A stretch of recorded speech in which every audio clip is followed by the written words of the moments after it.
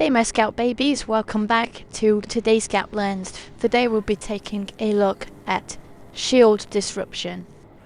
A lot of people's lesser favourite modifiers, especially as Scouts. So in shield disruption, we know that our shields obviously are permanently disabled.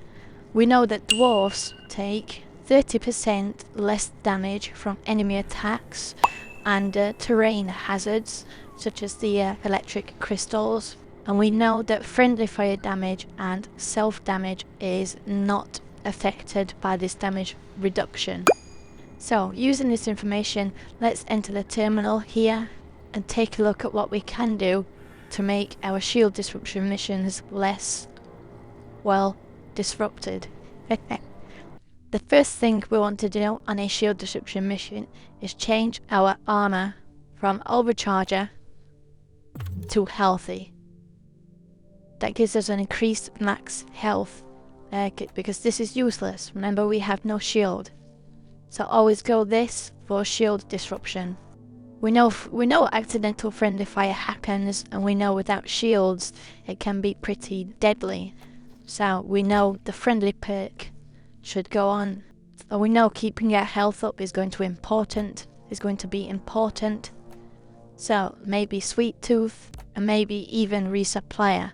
So we're resupplying quickly, we're getting our health fully replenished when resupplying, because we don't want to be hanging around resupplying in the middle of a swarm without shields the way.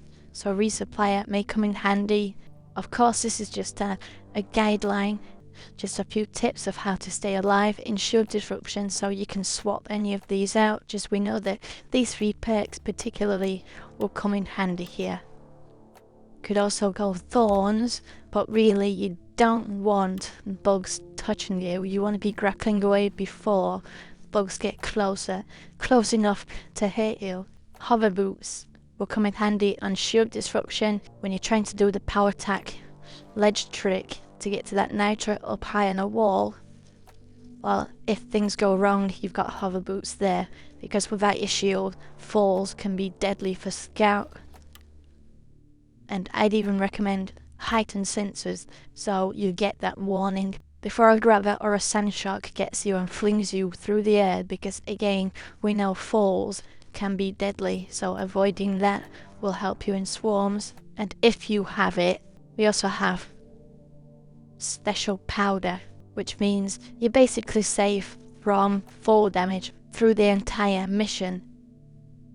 Unless you want to swap out one of these perks for Born Ready, I'd recommend going auto reload on this, so your special powder reloads automatically after 5 seconds. Since we're using this to negate falls, we don't need to go damage. I'd rather have expanded ammo. Double trigger, just to give it that little bit of swarm clear blam blam. Here I'd go extra pellets again, just to give you that little bit of swarm clear paired with blow through. And here you've got a versatile and special powder loadout that's great for maneuvering and great for negating falls, but also gives you that little bit of swarm clear with the blow through pellets.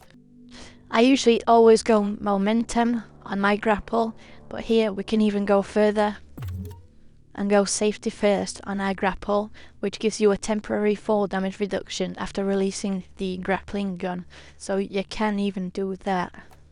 But with special powder and hover boots, I'd stick with momentum myself. But if you're newer to the game and struggling with fall damage and particularly struggling in shield disruption missions, safety first. It's important to keep the bugs off you, so I'd actually recommend going with pheromones in swarms. Throw down the pheromones in the swarm.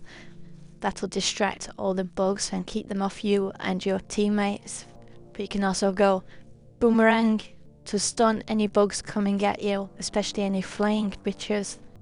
And an alternative to heightened sensors, of course, is field medic, because in a shield disruption mission, teammates are more likely to go down more often, so this could come really in handy too. Okay, my babies, this was a quick and cheerful one. Just a few tips to help you survive those shield disruption missions. Big sis, we'll see you in the caves. Zippity!